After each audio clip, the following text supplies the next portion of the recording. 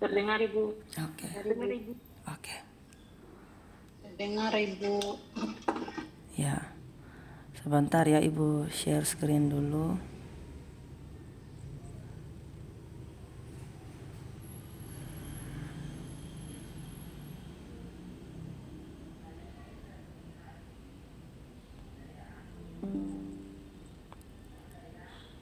Sudah terlihat?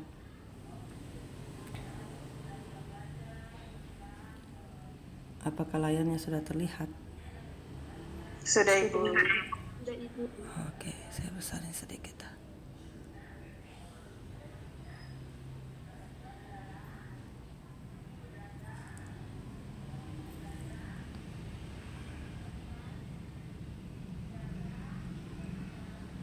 Oke.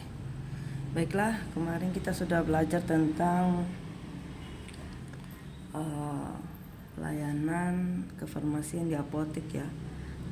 Kemarin kita belajar tentang sistem manajemen apoteknya. Sekarang kita kan ada dua ya. Yang kedua itu adalah pelayanan farmasi kliniknya ya. Baik, saya lanjut ke pelayanan farmasi klinik menurut Permenkes 73 tahun 2016. Jadi pelayanan farmasi klinik merupakan pelayanan langsung yang diberikan oleh apoteker ya kepada pasien dalam rangka meningkatkan outcome terapi ya. Jadi untuk meningkatkan terapi dari pasien dan meminimalkan risiko terjadinya efek samping karena obat, dan semata-mata tujuannya untuk keselamatan pasien ya, atau pasien safety, sehingga kualitas hidupnya pasien terjamin. Apa saja yang meliputi pelayanan farmasi klinik ya. Jadi sering kalian melakukan penelitian pelayanan farmasi klinik. Nah, kita akan melihat apa saja sih. Jadi dalam pelayanan farmasi klinik tuh banyak ya. Ada 11 item yang harus diperhatikan dalam pelayanan farmasi klinik. Yang pertama, pengkajian dan pelayanan resep ya. Kalian sering mengkaji resep. Biasanya Ibu Rani di ilmu resep kalian sudah dikasih ilmu ini ya, untuk mengkaji dan melayani resep. Kemudian yang kedua, penelusuran riwayat penggunaan obat. Gimana caranya kalian bisa tahu penelusuran riwayat penggunaan obat? Nah, kalian bisa tanya ke pasiennya, sebelumnya Ibu atau Bapak pernah mengkonsumsi obat ini sebelumnya misalnya, atau apakah dari dokter yang sebelumnya ada kasih obat apa, seperti itu. Kemudian yang ketiga, rekonsiliasi obat. Kemudian kalian juga harus kalian tahu rekonsiliasi itu? Rekonsiliasi itu mencampur obat. Jadi menggerus. Proses farmasetika biasanya kalian lakukan di lab itu, yang kalian biasanya praktikum itu namanya rekonsiliasi obat. Kemudian pelayanan informasi obat. Jadi kalau PIO di sini sangat luas ya sebenarnya. Jadi PIO itu bukan hanya kalian melayani pasien saja, tapi PIO di sini juga kalian harus melayani teman sejawat kalian. Jadi misalnya dokter ataupun perawat akan menelpon menanyakan bahwa apakah obat ini boleh dicampur, apakah obat ini boleh digerus misalnya. Nah, itu kalian akan harus tahu gitu loh, obat itu boleh dicampur atau tidak, boleh digerus atau tidak. Maaf. Kemudian kalian harus memberikan konseling ya. Jadi PIO itu berbeda, pelayanan informasi obat berbeda dengan konseling. Konseling terkait dengan hal-hal yang terjadi pada pasien. Jadi misalnya nih, pasien, kalian bertanyakan ke pasien, apakah Bapak atau Ibu merasa pusing? Kemudian pasiennya menjawab, oh ya masih pusing. Nah, coba dicek tekanan darahnya misalnya. Kalau dicek tekanan darahnya, oh ya masih tinggi, berarti wajar ya. Kalau tekanan darahnya masih tinggi dan dia masih merasa pusing, itu wajar ya. Terus kemudian apakah Bapak merasa keluhan atau kakinya kesemutan, nah itu namanya kalian memberikan pelayanan konseling ya. Kemudian kalian visite. Nah visite ini biasanya bersamaan dengan dokter. Jadi biasanya kalau di rumah sakit itu pagi-pagi jam 8 biasanya ada perawat, dokter dan apoteker ya. Visite ke ruangan pasien.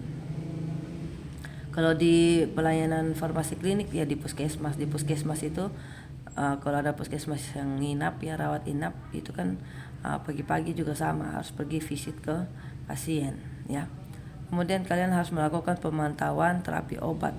Kalian harus punya catatan seperti rekam medik ya, tapi bukan, kalian harus punya namanya PMR, pasien medical record. Jadi kalian harus punya catatan tentang pemantauan terapi obatnya pasien. Jadi hari ini tanggal berapa, jam berapa dia dapat obat apa. Nah itu kalian harus catat ya. Terus catat juga di sampingnya apakah tensinya sudah normal atau belum. Catat tensinya berapa, 120/80 atau 130/80, dicatat ya. Kemudian monitor efek samping obat. Dilihat apakah dia mengalami mual muntah ya selama minum obat yang diberikan ya. Kemudian apakah dia mengalami kepala pusing ya, diare misalnya. Ada beberapa obat kan yang efek sampingnya itu bisa menyebabkan diare, konstipasi ya. Konstipasi itu susah BAB ya, susah BAB. Kalian harus monitor. Kemudian yang ke-9, kalian harus mengevaluasi penggunaan obat. Jadi kan pasien itu kalau diresepkan oleh dokter tuh nggak mungkin ya satu macam obat, biasanya minimal 3. Sedangkan obat batuk pilek saja minimal 3 yaitu obat batuknya yaitu, kemudian obat pileknya dan obat alerginya gitu.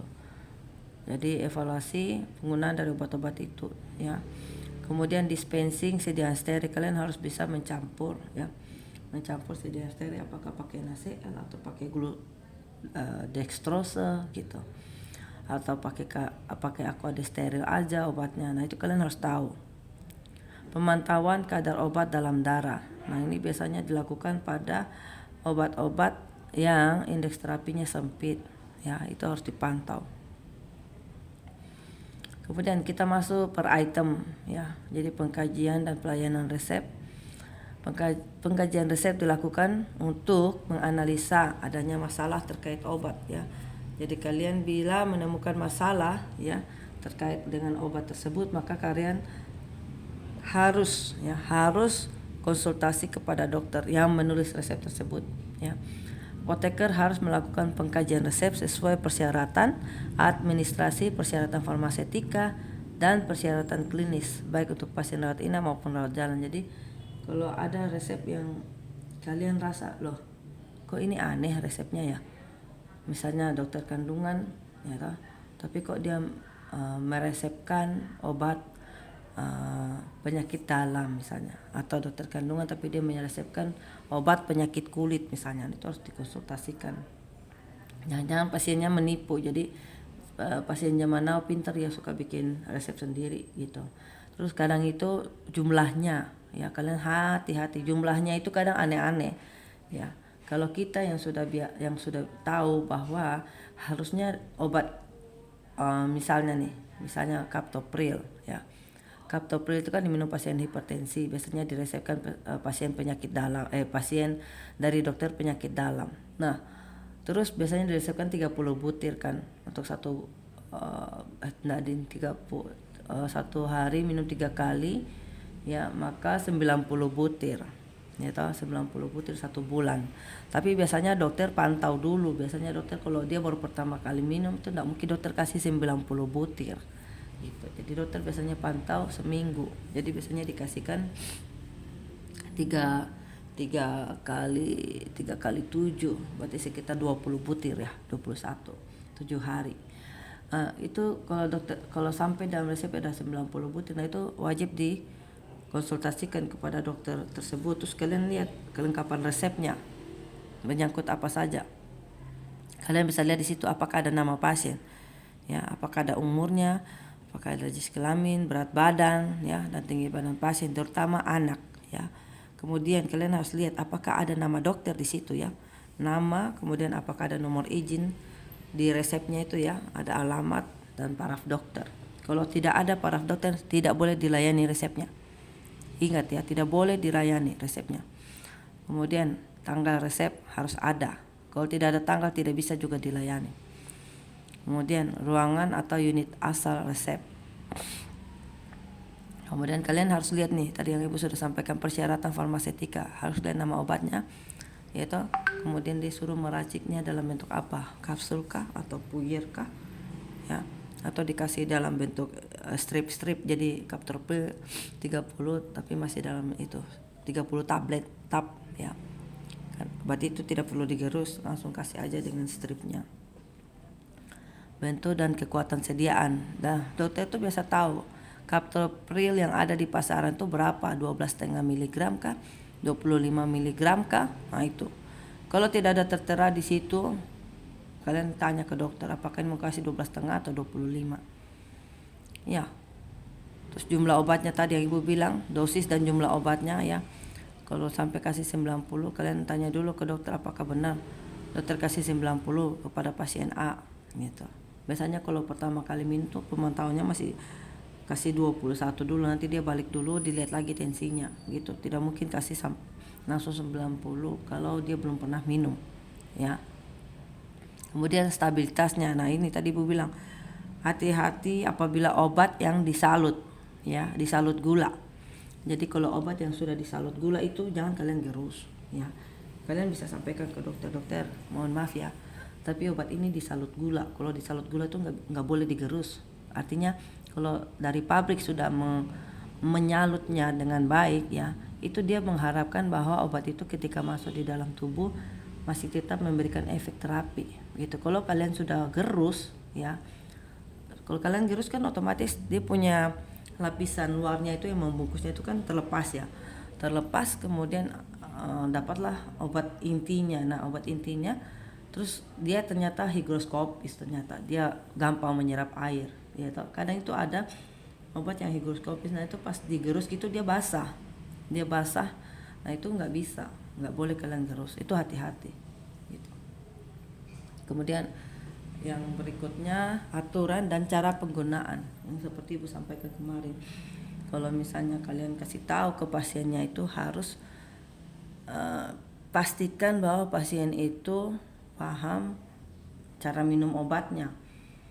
Jadi jangan bilang misalnya kasih antibiotik amoxicillin ya, ibu minum ini 3x1 aja. 3x1 ini apa maksudnya? 3 biji satu kaligus atau bagaimana? Kan tidak semua orang pintar ya toh, tidak semua orang paham tentang obat. Yang paham itu kalian. Jadi kalian harus kasih tahu bagaimana aturan dan cara meminum obat tersebut. Ibu minum ya obatnya ini jam 6 pagi, yang ini kemudian jam 2 siang ya, kemudian nanti jam 10 malam ya. Minumnya setelah makan supaya tidak perih lambungnya. Kemudian kalau dapat obat ranitidin ya, kalian sampaikan ke ibunya, ibu ini juga minum 3x1 sebelum makan ya, minum 30 menit sebelum makan. Itu harus disampaikan. Jangan hanya bilang 3x1 ya, nanti mereka pikir minumnya ini sudah makan kah sebelum makan ini.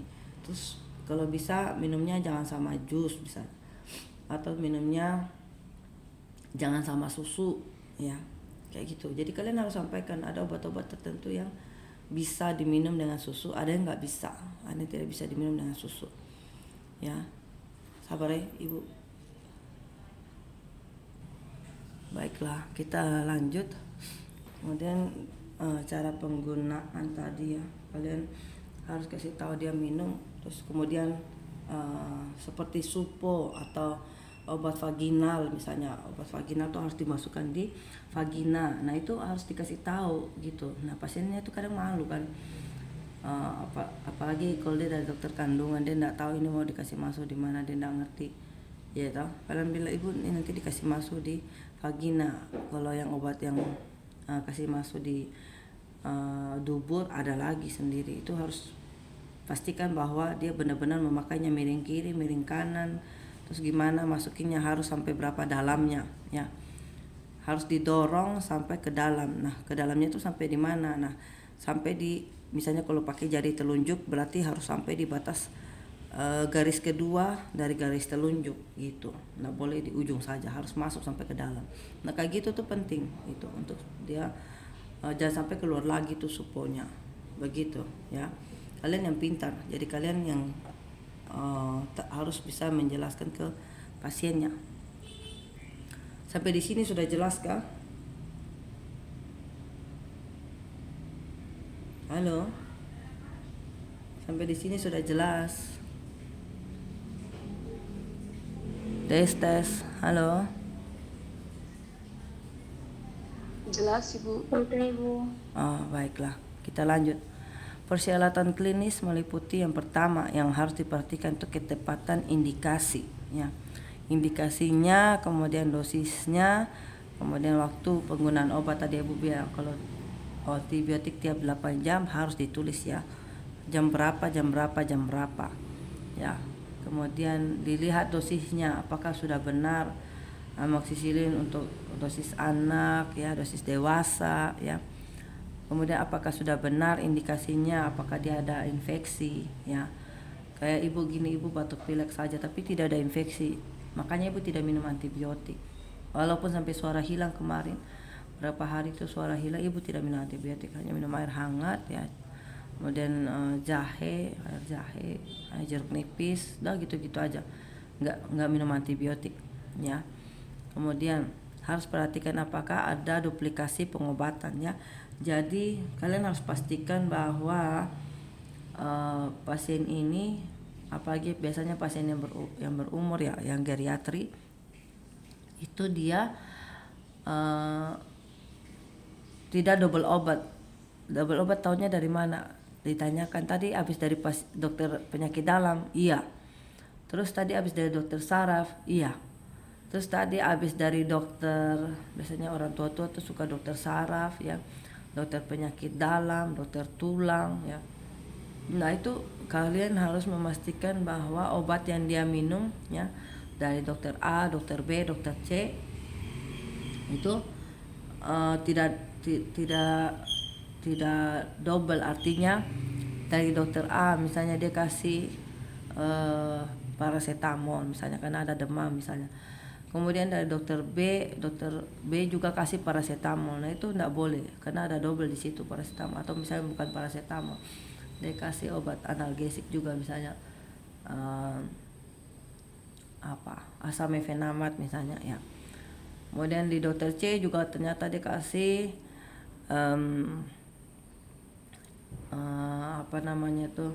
yang satunya lagi itu selain asam mefenamat, ada obat analgesik apa yang kalian ingat selain asam mefenamat?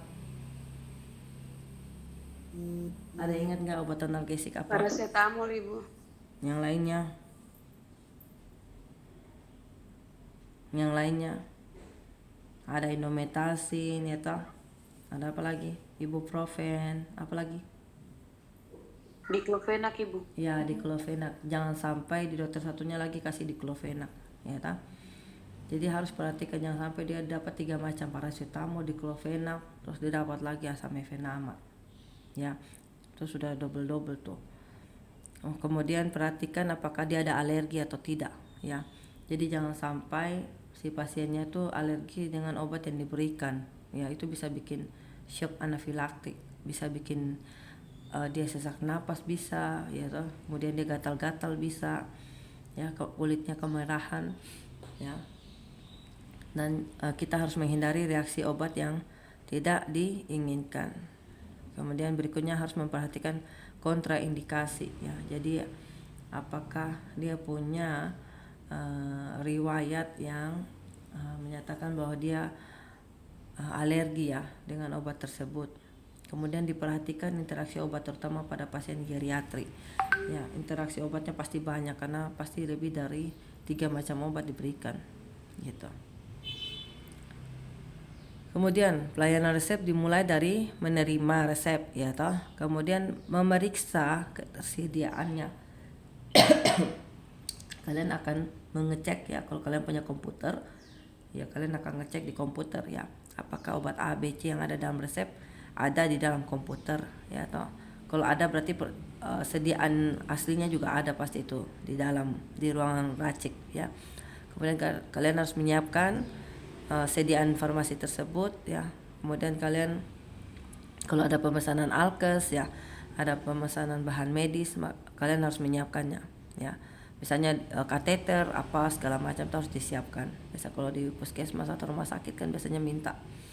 Kemudian pemeriksaan, kalian harus memeriksa apakah jumlahnya sudah sesuai dengan yang diresepkan ya. Mintanya misalnya 3, kalian kasihnya 3, jangan sampai kurang, jangan sampai lebih. Kemudian kalian harus menyerahkan disertai dengan memberikan informasi ya. Kemudian kalau yang datang ambil suster ya udah perawat pasti dia udah tahu. Oh ya kateter dia udah tahu lah cara pakainya kayak gimana gitu. Kemudian pada setiap tahap alur pelayanan resep dilakukan upaya pencegahan terjadinya kesalahan pemberian obat ya. Jadi pada saat kalian melayani resep itu terakhir di tangan kalian soalnya ya. Jangan sampai terjadi ya kesalahan pemberian obat yang tadi Ibu sudah bilang. Jangan sampai tertukar ya dengan resep dari karena dia bersebelahan meja atau bersebelahan racikannya. Nah itu terus rame pasiennya lagi antri di depan 10-20 orang ketukar. Nah itu bahaya ya. Jadi harus teliti, benar-benar harus teliti. Makanya kenapa kalau kalian tulis itu skripsi ya, saya paling jengkel sekali kalau kalian tulis skripsi, typonya banyak ya. Terus kalian cuma 70 halaman saja juga kalian tidak bisa baca ya. Kalian ada yang belum dimiring-miringkan nama tanamannya, nama bakterinya, itu saya paling marah sekali kalau kayak gitu. Karena apa? Itu pasti tandanya kalian tidak teliti. Bagaimana nanti kalian di dunia kerja kayak gitu. Makanya saya bilang kalau ada satu typo atau satu yang belum miring saya tidak mau tanda tangan. Kalian harus baca per kata. Karena saya orangnya tuh baca per kata. Saya saja yang bimbingan 20 orang, saya baca tiap katanya. Masa kalian punya cuma 30 halaman, 40 halaman kalian punya masing-masing kalian tidak baca? Kan lucu gitu. Jadi sebelum kalian kasih ke saya, kalian kasih ke teman kalian itu yang satu kos-kosan kah, yang satu kamar kah, yang satu tetangga sebelah kah, kalau kalian bertetangga, tolong Kak baca saya punya ini apa yang masih ada salah lagi di situ, ada kata-katanya yang tidak dimengerti kah, bagaimana, itu harus tanya gitu, karena dia sebagai pembaca dia akan membaca apa yang kalian tulis gitu. Kalau ada masih error di situ, nah itu pasti dia akan bisa lihat. Dan itu kalian sudah harus pintar ya dalam menulis. Jadi kalian sudah harus tahu bahwa nama bahasa Inggris itu harus miring ya, nama binatang harus miring, nama bakteri harus miring, nama Latin harus miring. Itu tidak perlu dikasih tahu lagi ya. Kalau dikasih tahu itu berarti kalian bodoh ya, kalian bodoh, kalian tidak belajar berarti begitu. Bagaimana kalian mau jadi sarjana farmasi kalau keluar dari sarjana farmasi masih tetap nama Latin tidak tahu kalau harus miring begitu. Jadi kalian harus benar-benar belajar baca dengan teliti. Saya tidak akan mau tanda tangan kalau kalian tidak mengecek, karena saya tuh lebih suka cek substansinya. Oh masih kurang ini, kamu tambahkan data-data ini, kamu tambahkan ini, kemudian ini kata-katanya perbaiki. Itu masih saya lebih suka perbaiki seperti itu. Jadi kita cepat diskusinya. Kalau saya perbaiki, oh ini penulisannya harus pakai Times New Roman ya, ini belum rata kanan rata kiri, tolong mahasiswa kalian itu macam kayak menunjukkan diri kalian ke dosen kalau kalian tuh bodoh gitu loh. Kalau hal-hal kayak gitu, hal kecil kayak gitu aja kalian sudah antisipasi ya, dosen tidak perlu komentar, itu bagus, itu lebih baik. Terus nama-nama Latin, nama bahasa Inggris kalian sudah bikin miring semua dengan tanpa dosen suruh, itu lebih baik lagi. Jadi revisi cuma 3 kali selesai, bisa maju.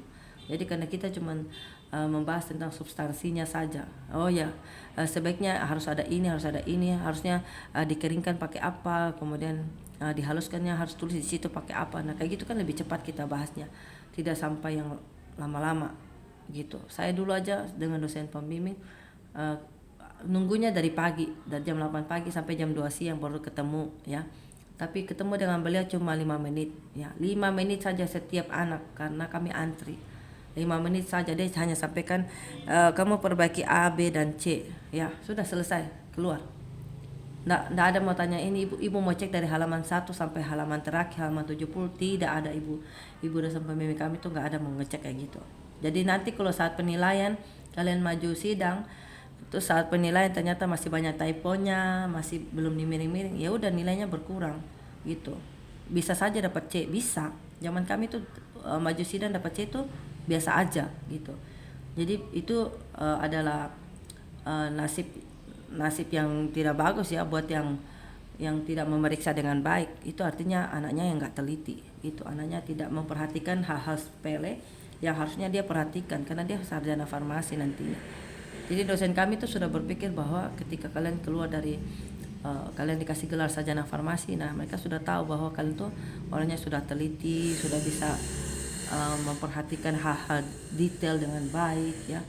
Apalagi kalau pembahasannya kalian tuh bagus, waduh itu sudah dapat nilai A keluar ketawa-ketawa aja dari ruangan kayak gitu. Kalau kalian dapat nilai C keluar tinggal ya meratapi nasib sih sebenarnya. Malu sih, lebih ke malu karena di depannya dosen-dosen penguji itu kalian dianggap bodoh gitu. Bodoh sangat, bukan bodoh lagi, bodohnya pakai sangat karena nilai C itu bodoh sangat. Itu bahkan di zaman kami itu nilai C itu nilai yang paling buruk ya, karena kalau dapat nilai C itu nilai yang paling buruk, artinya kamu orangnya nggak teliti, bodoh, tidak mengerti apa yang kamu tulis kamu tidak tahu apa yang kamu lakukan kayak gitu. Makanya kalian tuh harus benar-benar teliti gitu. Jadi dosen bersyukur kalau dosen pembimbingnya membimbing melihat halaman 1 sampai halaman 70. Kalau dosen pembimbingnya tidak mau lihat atau dosennya tidak mau peduli, ya udah kalian maju saja, tapi penulisannya sangat buruk, sangat jelek begitu. Makanya kemarin ada kakak tingkat kalian yang ujian, kalian tahu saya bilang sangat jelek penulisannya, typonya banyak banget. Masa dalam satu paragraf typonya ada 4 typo loh. Typo tuh salah ketik, yang saya bilang minyak atsiri aja dia tulisnya minyak tasiri. Kemudian ada lagi typonya banyak, itu tulisannya BA, kan harusnya BANYA, banyak ya, BAKNYA. Nah itu saya bingung bacanya, baknya. Nah ya kan, bingung saya bacanya gitu. Itu namanya tidak teliti ya. Tidak teliti atau tidak tahu juga saya tidak mengerti ya, karena kalian kan baca itu perkataannya, kan saya sudah bilang selalu baca perkataannya. Itu tidak teliti atau bodoh saya tidak bisa membedakan. Itu sama kayaknya ya, karena kalau orang teliti itu pasti tahu, oh ya ini ada salah ketik kayak gitu. Nah itu kalian menunjukkan diri kalian di depan dosen pembimbing dan penelaah, itu bagaimana diri kalian itu sudah. Jadi saya harap kalian tuh harus benar-benar memperhatikan hal-hal detail. Nanti kalau kalian lulus, kalian kan akan bekerja di instansi, mau di instansi apotek punya pemerintah atau punya swasta, kalian tuh harus teliti, benar-benar harus teliti. Saya tidak bohong. Tapi kalau ada satu saja obat kodein hilang ya, kodein hilang di kalian punya apotek, kalian harus cari, biar setengah biji kalian harus cari di mana itu setengah bijinya ada. Ya saya bilang, makanya harus teliti itu begitu. Karena kalau ada satu saja obat kodein tablet hilang, satu tablet nih, nggak tahu tercecer kemana ya, nggak sesuai jumlahnya dengan yang asli, kalian harus cari di mana satu tablet itu ada. Itu bukan bikin pekerjaan, itu bikin pekerjaan yang sia-sia sebenarnya gitu. Jadi kalau kalian teliti, mulai dari kalian susun skripsi ini, maka kedepannya saya yakin kalian akan teliti waktu kalian bekerja gitu. Jadi jangan menunjukkan kebodohan diri kalian di depan pembimbing maupun penguji begitu, apalagi nanti di depan teman perawat, dokter, ketika kalian praktek nanti ya, di depan AA, asisten apoteker, nanti kan di depannya PSA. Itu benar-benar memalukan, benar malu banget ya kayak gitu. Jadi kalau ada hal-hal yang kalian tidak tahu ya, kalian benar-benar harus belajar gitu. Saya bolak-balik mesti kasih tahu seperti ini, karena apa, kalian tuh aduh ya ampun, dari kalian 100 orang satu kelas itu yang teliti tuh paling 1 orang saja, 1 orang kah 2 orang saja, yang lain sisa tidak ada sama sekali yang teliti. Pusing sayanya baca kalian punya skripsi itu, pusing saya gitu. Masa kayak gitu-gitu saja ibu mesti kasih tahu, ibu mesti mengecek, ibu mesti kasih tanda di situ. Daftar pustaka juga begitu, daftar pustaka ada nama si A di dalam, kalian tulis di bab 1 nama si B, nama si C. Nanti di dalam daftar pustaka nama si B nggak ada. adanya nama si A dan si C saja, nama si B mana ya? Nggak ada di dalam pustaka, daftar pustaka di belakang itu. Nah kayak gitu-gitu kan malu sebenarnya. Masa kayak gitu aja ibu mesti kasih tahu lagi. Itu loh belum ada nama si B di daftar pustaka. Kadang itu anaknya ngeyel, sudah ada ibu. Saya bilang coba kamu cek. Saya bilang gitu. Ibu ini sudah baca dari halaman 1-mu sampai halaman 70. Saya bilang gitu. Kamu baca nggak? Kamu aja belum tentu baca. Gitu. Terus dia cek. Saya bilang ada lebih dari 10 nama punya kamu itu tidak ada dalam daftar pustaka.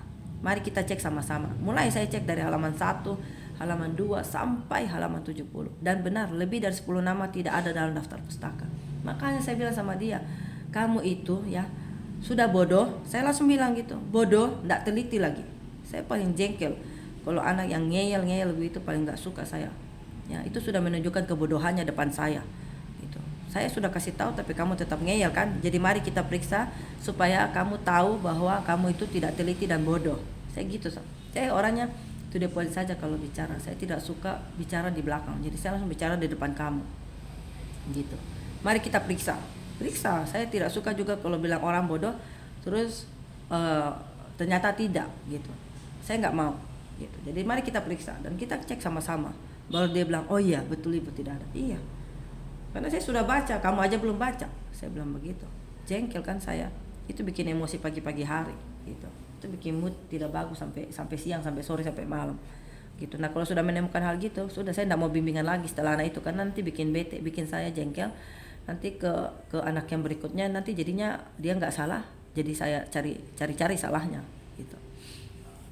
Nah kayak gitu. Jadi kalian harus benar-benar teliti. Itulah kenapa kami sudah melatih kalian dari sejak kalian skripsi ini, supaya kalian ke depan kalau kalian kerja kalian benar-benar ya harus teliti itu, benar-benar harus teliti. Ada 1 nol saja lari ya dari misalnya di situ 1.700.000 ya, uangnya 1.700.000, tapi karena nolnya 1 lari, kalian tidak teliti ya, nolnya 1 hilang, jadinya berapa dong? 1.700.000. Kalau nolnya hilang 1 jadinya berapa? 170.000. Iya toh? Nah dari 1.700.000 ya, nol hilang 1 saja jadi 170.000. Nah habis itu kalian mau cari di mana tuh uang, kalian akan ganti tuh jadi 1.170.000 itu, maka kalian akan ganti sekitar 1,5 juta. Kalian harus cari uangnya itu 1,5 juta untuk mengganti. Kalian mau kayak gitu? Kan nggak mau gitu. Jadi benar-benar harus teliti, apalagi ini obat ya, apalagi ini obat. Kita lanjut. Petunjuk teknis mengenai pengkajian dan pelayanan suatu resep akan diatur lebih lanjut oleh Dirjen. Kita lanjut ke pembahasan kedua, penelusuran riwayat penggunaan obat. Penelusuran riwayat penggunaan obat merupakan suatu proses untuk mendapatkan informasi mengenai seluruh obat yang pernah ya dan sedang digunakan.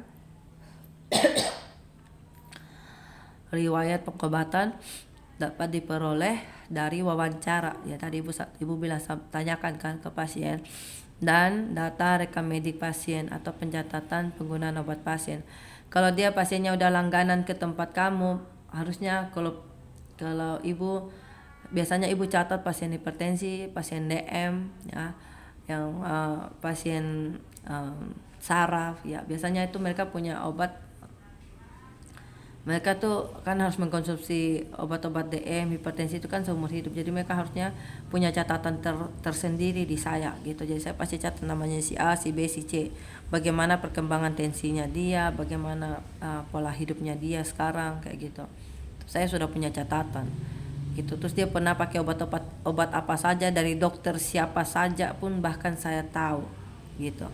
Jadi kalian juga harus seperti itu. Ya. Itu namanya kepedulian, empati kalian kepada pasien yang datang ke apotek kalian kayak gitu. Nah itu nanti dengan sendirinya pasien itu akan kembali ke kalian karena dia merasa diperhatikan sama kalian kayak gitu. Karena kalian kan tidak mungkin saya mau ke kampung-kampung untuk untuk melayani pasien, ya toh. Pasti kalian sendiri akan pulang ke kampung dan kalian akan melayani tetangga kalian, ya toh, kemudian melayani keluarga yang ada di kampung. Nah, kalian akan memberikan edukasi yang baik kepada mereka. Kalian akan mencatat apa sih yang sudah mereka pakai, obat-obatnya. Baik pengobatan tradisional juga kalian harus catat dia ada pakai obat apa. Jangan sampai dia minum obat-obat tradisional kalian nggak tahu. Itu kalian harus gali informasi itu, ya. Kemudian bagaimana tahap kalian melakukan tahapan penelusuran riwayat penggunaan obat, ya. Yang pertama, membandingkan riwayat penggunaan obat dengan data rekam medik, ya. Kemudian untuk mengetahui perbedaan informasi. Yang kedua, verifikasi. Ya, verifikasinya ke siapa? Ke tenaga kesehatan yang ada di tempat kalian praktek. Misalnya kalian bisa, kan biasanya di dokter praktek di apotek itu kan punya susternya masing-masing. Kalian bisa ngecek ke susternya, ya, yang ada di ruangan dokter masing-masing. Atau kalian juga kalau pasiennya nggak tahu, ya, kalau pasien tidak ingat nama obatnya, kalau pasiennya ingat, kalian bisa tanya ke pasiennya langsung dan memberikan informasi tambahan jika perlu. Kemudian yang C, mendokumentasikan adanya alergi atau reaksi obat yang tidak dikehendaki. Jadi dicatat, ya, misalnya pasiennya alergi antibiotik apa, golongan penisilin misalnya. Berarti next time kalau ada resep dari dokter ada golongan penisilin, maka kalian harus telepon dokternya, dokter, si pasiennya ini ternyata punya alergi dari penisilin, apakah mau diganti resepnya. Nah, kayak gitu kalian harus tahu.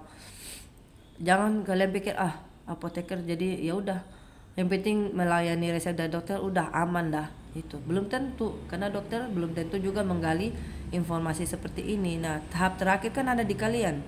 Jadi kalian sudah harus menggali informasi ini, kayak gitu. Kemudian yang berikutnya, mengidentifikasi potensi terjadinya interaksi obat. Jadi obat-obat yang diberikan kalian harus tahu apakah dia interaksinya mayor, minor, ya, atau saling meniadakan. Saling meniadakan itu artinya kalau ada obat hormon misalnya, itu biasanya dia kebanyakan bikin obat-obat yang lain itu tidak bekerja dengan baik. Jadi kalian harus cek ke pasien, terutama pasien wanita biasanya, apakah ada minum obat pil KB gitu. Nah, biasanya tensinya dia tuh susah turun karena kebanyakan dia mengkonsumsi obat pil KB gitu. Nah, pil KB kan menutupi efek terapi dari obat yang lain. Nah, itu biasa tuh kalian harus menggali informasi kenapa tensinya nggak turun-turun, sudah kombinasi dua macam. Nah, itu kalian harus tanya ke pasiennya apakah ada minum obat KB apa yang diminum, kayak gitu, ya. Itu hal kecil tapi itu mempengaruhi terapi obat. Oke, kita lanjut. Melakukan penilaian terhadap kepatuhan pasien. Jadi kalau pasien bilang, saya sudah minum obat nih tiap hari nih, kata 1 hari saya minum 3 kali, ya, atau ada kalau yang minum 1 hari 1 kali, ya kalian harus cek juga. Ternyata kolesterolnya masih tinggi, ya toh, wah dia bohong nih. Terus bisa aja obat gula, diabetes, ternyata gulanya masih tinggi, masih 300. Terus tapi dia bilang dia minum obatnya, itu berarti bohong. HbA1c nya misalnya masih lebih dari 7%. Itu berarti dia bohong. Berarti dia tidak mengkonsumsi obatnya dengan baik, dengan teratur, gitu. Jadi harus kasih tahu Bapak. Dari Bapak punya pemeriksaan saja sudah kelihatan kalau Bapak itu tidak minum obatnya dengan baik. Jadi Bapak pulang ini harus minum obat. Nanti Bapak balik 1 minggu lagi saya cek. Biasanya gitu. Supaya Bapak punya kepala jangan pusing. Biasa saya bilang supaya Bapak bisa tidur nyenyak, supaya bisa ini, bisa itu. Nanti dia mau minum itu obatnya. Kemudian melakukan penilaian rasionalitas obat yang diresepkan. Jadi kalau tidak ada kayak saya gini batuk tapi tidak ada infeksi, ya toh, maka saya tidak minum antibiotik, saya minum obat batuk saja. Kemudian jadi harus benar-benar rasional, ya. Kalau tidak ada indikasinya ya enggak usah dikasih gitu. Kalau ada indikasinya, ada infeksinya, ya baru dikasih antibiotiknya gitu. Jadi harus rasional. Kemudian melakukan penilaian terhadap pemahaman pasien terhadap obat yang dia gunakan, ya. Jadi kita harus tahu apakah pasien ini mengerti apakah obat yang dia minum itu akan memberikan kesembuhan buat dia. Itu penting kalian tahu, karena kebanyakan pasien itu merasa buang-buang uang ya kalau misalnya harus minum obat setiap hari gitu, karena dia merasa bahwa kesembuhannya dia itu apalagi kalau yang sudah benar-benar hanya mengandalkan Tuhan ya, jadi ya nggak usah minum obat-obat, ya udah pasti sembuh gitu. Nah itu kita nggak tahu ya, mujizat Tuhan pasti ada, tapi kalau kita sendiri juga tidak berusaha untuk meminum obat dengan baik, maka saya yakin juga mujizatnya juga nggak akan terjadi gitu. Jadi kalau kita sudah minumnya teratur obatnya, terus kemudian terutama obat-obat HIV misalnya ya, obat HIV kan harus diminum seumur hidup juga, itu harus minum teratur, kemudian supaya CD4-nya tidak naik. Jadi kalau dia merasa pokoknya mujizat Tuhan dah pasti sembuh saya HIV, nggak mungkin gitu. HIV itu sulit disembuhkan, hanya kita bisa menjaga CD4-nya supaya stabil. Nah akhirnya dia tidak minum obat. Nah kebanyakan pasien-pasien HIV itu meninggal bukan karena karena dia tidak mau minum obat saja sih sebenarnya gitu, karena dia merasa bahwa pasti ada mujizat gitu, dia percaya bahwa ada mujizat, ya udah dia nggak mau minum obat. Padahal sebenarnya kan dia minum obat itu Tuhan tetap menjaga dia punya umur panjang, yang harusnya misalnya kalau HIV itu 5 tahun aja lah, kalau dia udah survive ya udah syukur gitu. Biasanya kan ada yang meninggal di bawah umur setelah kena HIV gitu 5 tahun gitu, udah pasti banyak yang meninggalnya karena nggak mau minum obat aja, atau karena memang Tuhan sudah saatnya memanggil gitu. Jadi benar-benar dia harus tahu apa yang dia minum ya. Kita harus kasih edukasi ke pasiennya ya. Kalau ibu minum obat ini, ibu mengalami alergi, ibu harus cepat kembali ke dokternya ya. Kasih tahu bahwa saya mengalami gatal-gatal atau merah-merah ya, atau kram perut misalnya. Itu harus kasih tahu ke dokternya supaya dokternya bisa menganalisa apakah yang terjadi ini karena obat yang dia minum atau karena sesuatu hal lain yang dia makan lagi. Ada yang di luar obat itu yang dia makan gitu. Misalnya kalau dia makan suplemen herbal, atau dia kram perut, sakit perut, asam lambung karena dia makan sesuatu yang asam-asam ya. Nah kayak gitu kan harus digali informasi itu. Next, melakukan penilaian adanya bukti penyalahgunaan obat ya. Jadi kita harus cek ya, apakah pasiennya ini, apalagi kalau sudah minum obat-obat yang TB yang jangka waktunya panjang ya, obat-obat HIV ya toh. Nah itu kita harus tahu apakah dia menyalahgunakan obatnya, tidak minum sesuai dengan aturan. Kemudian melakukan penilaian terhadap teknik penggunaan obatnya, memeriksa adanya kebutuhan pasien terhadap obat tersebut, dan alat bantu kepatuhan minum obat ya. Sekarang itu ada loh berbagai macam alat diciptakan ya. Kalau kalian ikut PKM ya, program kreativitas mahasiswa, itu mahasiswa yang bikin PKM itu mereka sudah menciptakan alat yang bisa mengingatkan pasien tiap waktu untuk minum obat. Ada boxnya, kemudian ada suaranya, saatnya minum obat kayak gitu. Seperti alarm pagi hari itu, alarm pagi kalau bunyi kayak gitu, sudah diciptakan alat untuk saatnya minum obat. Nah itu kemudian nanti kotak obatnya itu keluar dari boxnya kayak gitu, minum obatnya jam berapa kayak gitu. Kemudian mendokumentasi obat yang digunakan pasien sendiri tanpa sepengetahuan dokter. Nah ini harus kita tanyakan nih ke pasiennya ya. Ada obat-obat apa lagi yang ibu minum di rumah? Ibu harus jujur kasih tahu supaya kita bisa meng-cross check nanti ketika terjadi sesuatu ke ibu. Kalau ibu tidak jujur, ya sudah, kalau ada apa-apa ya kita juga nggak tahu, karena ibu nggak mau kasih tahu apa yang ibu minum di rumah gitu. Mendokumentasi obat yang digunakan pasien sendiri tanpa sepengetahuan dokter. Udah mengidentifikasi terapi lain, misalnya suplemen atau pengobatan alternatif ya yang mungkin digunakan oleh pasien. Kemudian kegiatannya yaitu penelusuran riwayat penggunaan obat kepada pasien atau keluarganya, melakukan penilaian terhadap pengaturan penggunaan obat pasien, informasi yang harus didapatkan, nama obatnya ya, termasuk obat yang tidak pakai resep tadi, terus dia minumnya berapa banyak ya, ada berapa banyak di rumahnya ya.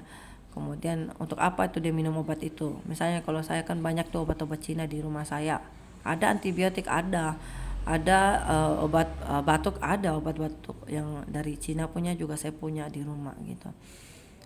Kemudian reaksi obat yang tidak dikehendaki termasuk alergi, itu dia harus dikasih tahu. Punya asma atau punya alergi terhadap golongan obat tertentu itu harus dikasih tahu ya. Kalau tidak dikasih tahu, kenapa? Iya, nanti kalau pas diberikan gitu, kalau kamu tidak kasih tahu kalau kamu ada alergi dengan obat itu, pas kamu dikasih minum atau diinjeksikan masuk ke dalam tubuh, maka bisa mati pasiennya, bisa tiba-tiba kejang dan mati. Itu namanya shock anafilaktik. Saking reaksinya dengan obat tersebut benar-benar hebat ya, itu bisa bikin pasien mati gitu. Kepatuhan terhadap regimen penggunaan obat ya, jadi harus dicek jumlah obat yang masih sisa berapa di rumah ya. Kalau dikasih 30 untuk 30 hari, dia balik hari ke minggu kedua, maka harus dicek jumlah obat yang sisa ada berapa di rumah gitu. Kita bisa tahu dia bohong atau enggak. Kemudian rekonsiliasi obat merupakan proses membandingkan instruksi pengobatan obat yang didapat pasien. Rekonsiliasi dilakukan untuk mencegah terjadinya error ya, seperti obat tidak diberikan, kemudian ada duplikasi tadi, ada kesalahan, kemudian ada interaksi ya. Kesalahan obat rentan terjadi pada pemindahan pasien dari satu rumah sakit ke rumah sakit lain, betul, antar ruang perawatan, kemudian serta pada saat pasien keluar dari rumah sakit ya. Kemudian tujuan dilakukannya adalah untuk memastikan informasi akurat tentang obat yang digunakan pasien, identifikasi ketidaksesuaian akibat tidak terdokumentasinya instruksi dokter, mengidentifikasi ketidaksesuaian akibat tidak terbacanya. Jadi kalau resep datang ya, kemudian yang baca resep ini sok-sok tahu ini resep misalnya dari dokter yang baru praktek, misalnya belum pernah menemukan tulisannya yang cakar ayam yang tidak bisa dibaca gitu ya, terus sok tahu ini paling obatnya A gitu ya toh, terus dia bikin lah itu, dia racik lah itu obat A, ternyata dari apoteker seniornya baca, tadi kamu racik obat apa itu gitu, obat A, loh salah, itu harusnya obat B misalnya.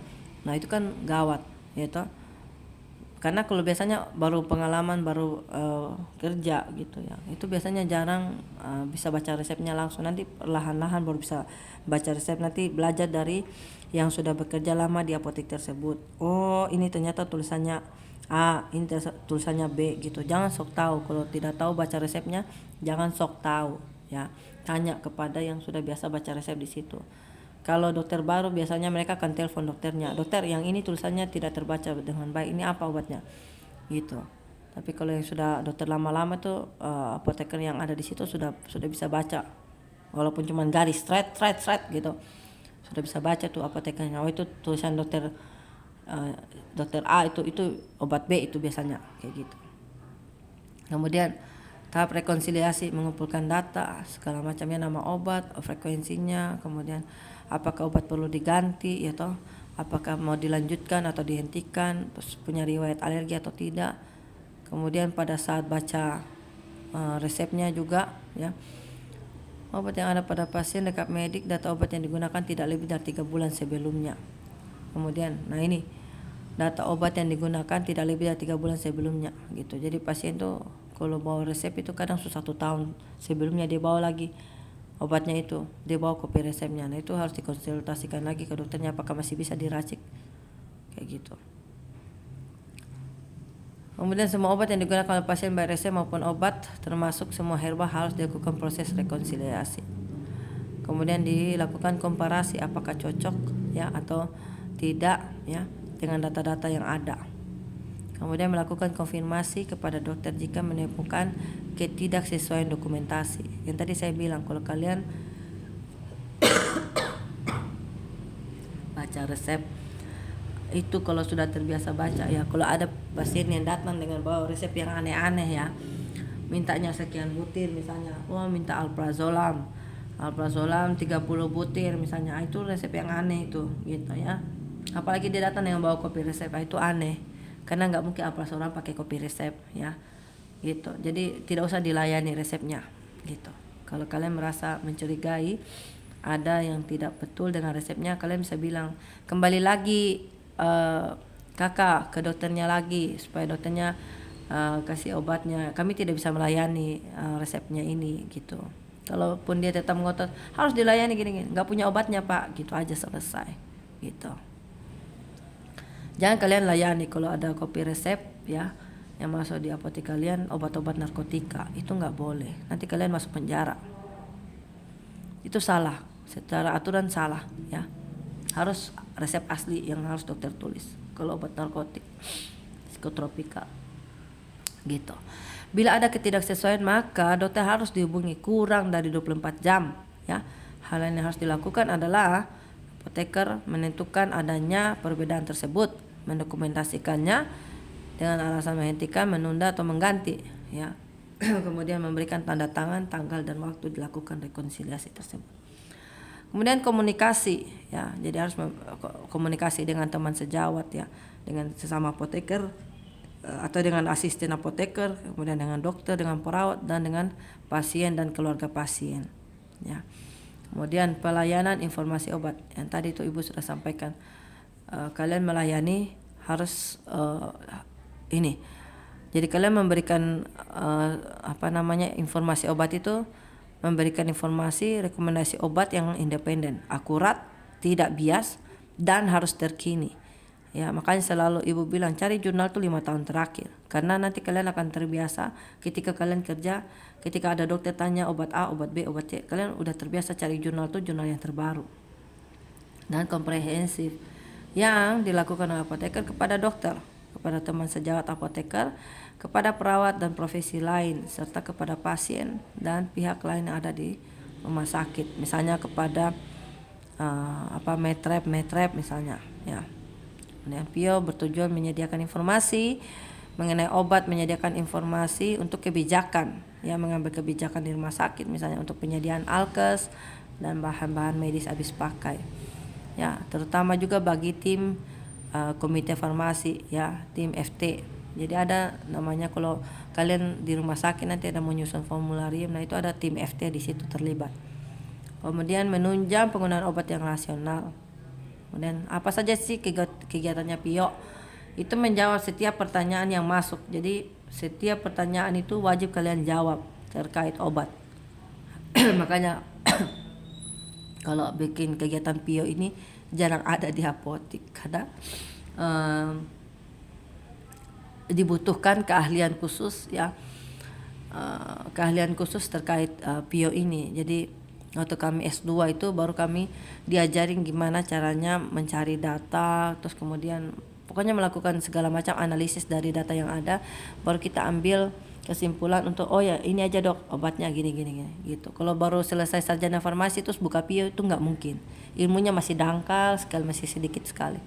Kalau sudah S2 nah bisa. Kalau ada mungkin ada teman 5 orang di situ, ada yang sudah S2 semua, nah itu boleh dibuka tim PIO gitu, karena sudah diajarin secara khusus bagaimana menelusuri jurnal untuk informasi PIO ini gitu. Menerbitkan buletin ya, kenapa harus kerjanya banyak, dia harus menerbitkan buletin, leaflet, poster, newsletter yang terbaru. Jadi ada misalnya sekarang lagi ada COVID, dia harus menerbitkan sudah berapa banyak sekarang yang pasien lagi COVID, kemudian sudah berapa banyak yang di vaksin, kemudian efek samping apa yang dirasakan, itu harus benar-benar semua berdasarkan data, bukan omongan sepihak gitu. Menyediakan informasi bagi tim FT sehubungan dengan penyusunan formularium, tadi Ibu sudah sampaikan. Kemudian bersama dengan tim penyuluhan kesehatan rumah sakit melakukan kegiatan penyuluhan bagi pasien rawat jalan, rawat inap, melakukan pendidikan berkelanjutan bagi tenaga kefarmasian, melakukan penelitian. Faktor-faktor yang diperhatikan, yang pertama tadi Ibu sudah bilang ya, sumber daya manusianya. Jadi yang penting itu SDM-nya harus pintar, karena pelayanan PIO ini harus cepat. Dalam waktu 5 menit, kurang dari 5 menit kamu sudah harus menjawab pertanyaan dari dokter di ruangan. Kalau ditanya apalagi terkait obat baru, ini bagaimana nih, terus perawatnya telepon, obat A ini bagaimana, kita mau campurnya pakai dextrosa berapa atau pakai NaCl berapa atau pakai Aquades berapa banyak.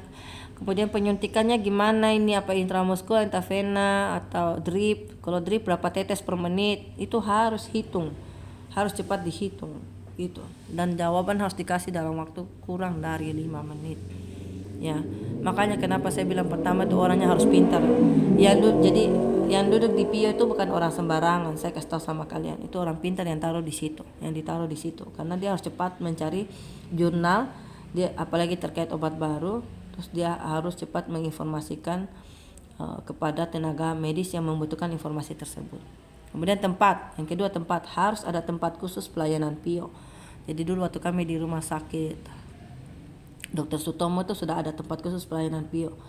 Itu benar-benar bagus sekali tempatnya, dan yang ada di situ memang orang-orang kompetensi, yang punya kompetensi di situ. Pasti apoteker dan sudah S2 gitu. Yang ketiga adalah perlengkapan, baik internet itu harus lancar, sekian gigabyte harus lancar karena harus browsing dengan cepat. Kemudian telepon harus ada di situ ya, di situ bukan pakai handphone. Kalau handphone kan kita angkat kadang enggak kan. Kemudian tapi zaman now mungkin sudah pakai handphone kali ya. Zaman saya dulu sih masih pakai telepon di ruangan PIO. Kemudian apalagi apa semua buat mencetak brosur tuh harus lengkap ada di situ ya gitu. Kemudian yang berikutnya kita masuk ke konseling ya. Konseling ini sangat penting ya buat pasien. Jadi kita harus memberikan konseling ya, baik pada pasien rawat inap maupun rawat jalan di semua fasilitas. Kemudian dilakukan atas inisiatif apoteker ya. Kemudian rujukan dokter, keinginan pasien atau keluarganya yang sedang bertanya misalnya ya. Pemberian konseling yang efektif memerlukan kepercayaan pasien atau keluarga terhadap apoteker ya. Jadi saya bilang sama kalian, mereka itu kalau sudah percaya sama kalian, yakin saya mereka akan kembali ke kalian ya. Jadi saya tuh tidak pernah mengambil atau memberikan sesuatu yang bohong, yang tipu-tipu. Jadi saya bilang terus terang, kalau misalnya dia tidak minum obat, saya bilang, Bapak tidak minum obat kan, saya bilang begitu. Karena saya hitung dari jumlah obat yang harusnya Bapak minum, harusnya tinggal sekian, tapi kok masih ada sekian, berarti Bapak tadi bicaranya tidak jujur.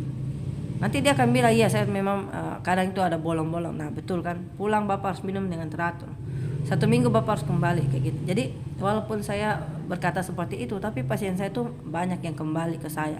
Karena mereka merasa saya memperhatikan mereka gitu. Jadi bahkan bos saya bilang, nanti kalau kamu kembali dari S2 saya akan bukakan kamu satu lagi tempat. Karena bos saya melihat lebih banyak pasien saya daripada dokter-dokter gitu. Jadi banyak yang kembali konsultasi ke saya. Saya punya tempat konsultasi sendiri di apotek saya gitu, konseling, ruang konseling, bukan PIO ya, bukan, tapi ruang konseling untuk pasien saya. Jadi pasien-pasien saya yang punya hipertensi, punya kasus khusus, saya tulis. Saya bikin PMR-nya, saya punya catatan seperti dokter-dokter gitu. ada kartu pasiennya, saya juga ada gitu. Jadi mereka kalau sudah trust ya, sudah percaya, itu mereka akan kembali lagi ke kita gitu, karena mereka merasa kita memperhatikan mereka dengan baik gitu. Pemberian konseling bertujuan untuk mengoptimalkan terapi ya, meminimalkan obat yang tidak dikehendaki, meningkatkan cost effectiveness. Artinya pasien itu kan kalau dia minum obat teratur ya toh, dia kan otomatis sakitnya akan berkurang. Sakitnya berkurang otomatis dia punya cost, harga yang harus dia bayarkan lagi itu jadinya berkurang gitu. Jadi karena sakitnya udah berkurang, otomatis dia lebih sehat kan. Nah kalau dia sudah sehat kan dia menghemat biaya untuk pengobatan yang lainnya. Karena kalau misalnya sakit hipertensi itu kalau dia tidak berobat dengan baik, tidak menggunakan obat dengan baik, itu akan merusak organ-organ yang lain kan, seperti ginjal ya toh. Nah itu akan merusak ginjal. Nah kalau kayak gitu, kalau ginjal rusak kan otomatis nambah biaya lagi ya toh.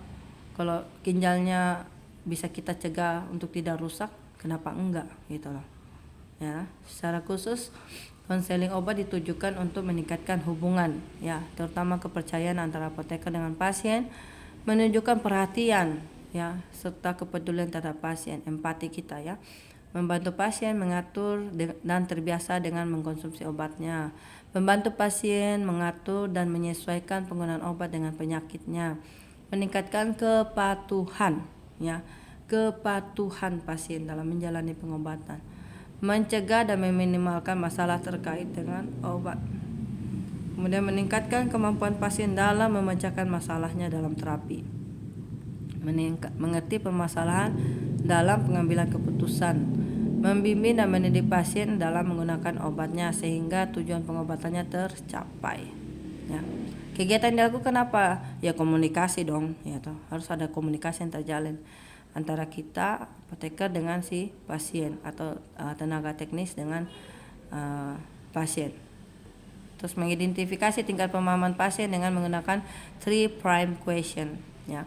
Menggali informasi lebih lanjut dengan memberikan kesempatan kepada pasien untuk mengeksplorasi masalah penggunaan obatnya. Jadi kita kasih kesempatan dia bicara apa saja terkait obatnya itu. Misalnya dia bilang dia minum obat ini malam tuh dia nggak bisa tidur. Nah itu kita perlu catat. Wah, berarti ini ada efek sampingnya nih. Nanti kita cari di jurnal apakah ada obat yang dari dia minum itu, apakah ada yang menyebabkan insomnia, gitu.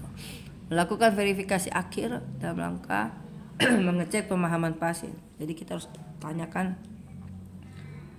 apabila dia bilang minum obat teratur tapi kenapa tensinya masih tinggi, apakah dia salah minum, mungkin dia minum sebelum makan atau sesudah makan, atau dia ada minum yang tadi ibu bilang dia ada konsumsi obat lain selain obat itu.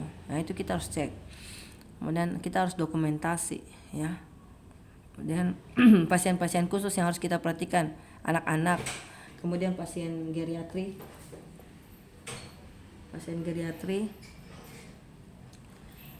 gangguan pasien dengan gangguan fungsi ginjal, kemudian ada ibu hamil, ya, ibu menyusui, itu kita harus perhatikan dia harus minum asam folat, ya.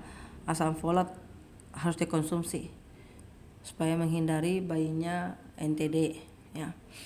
Kemudian pasien dengan terapi yang jangka panjang pakai obatnya lama, pasien TB, pasien DM, epilepsi, HIV, ya, itu harus perhatikan baik-baik, hipertensi. Kemudian pasien yang menggunakan obat-obat dengan instruksi khususnya golongan kortikosteroid, ya. Jadi kortikosteroid ini penggunaannya tidak boleh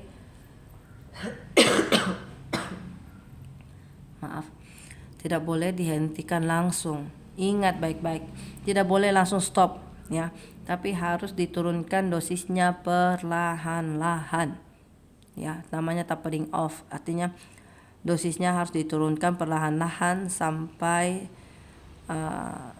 paling rendah dosisnya, habis itu baru stop, ya. Kemudian pasien yang menggunakan obat dengan indeks terapi sempit, pasien yang pakai penitoin, ya, digoxin, itu kita harus memantau, ya. Kemudian pasien menggunakan obat yang sangat banyak, terutama pasien geriatri, ya. Kemudian pasien yang mempunyai riwayat kepatuhan yang rendah. Nah ini pasien yang malas-malas minum obat ini benar-benar harus ada catatan khusus. Saya ada catatan khusus pasien saya, terkait dengan kepatuhan mereka ini. Banyak pasien saya nggak patuh minum obatnya, gitu.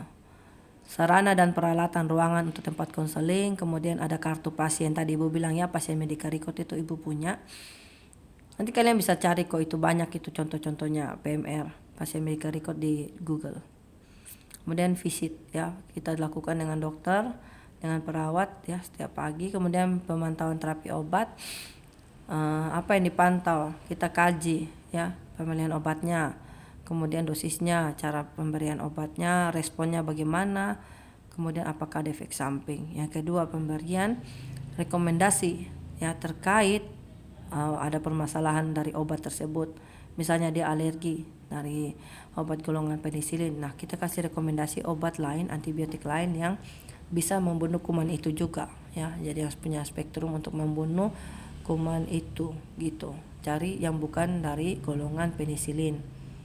Kalian tahu nggak sih golongan penisilin apa obatnya? Coba saya tes dulu. Masih ingat nggak farmakologi?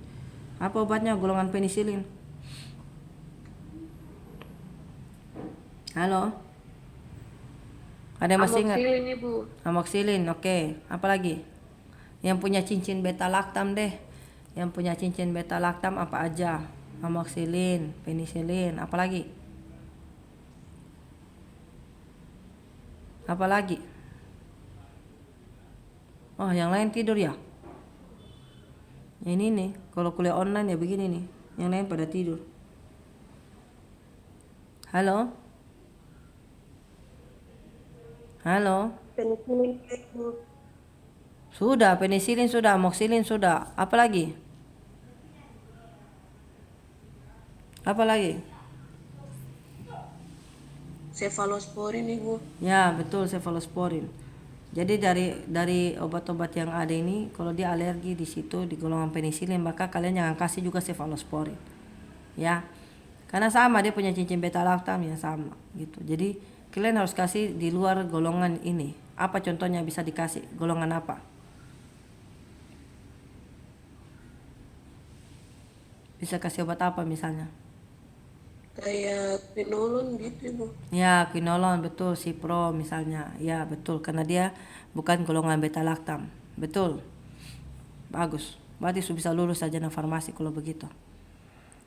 Oke, lanjut. Rekomendasi pemantauan efektivitas dan efek samping. Pengumpulan data, identifikasi masalah, rekomendasi terhadap penyelesaian masalah, terus kemudian dipantau dan dilakukan tindak lanjut. Apa yang harus diperhatikan? Kemampuan menelusuri informasi, ya. Jadi ketika kalian melakukan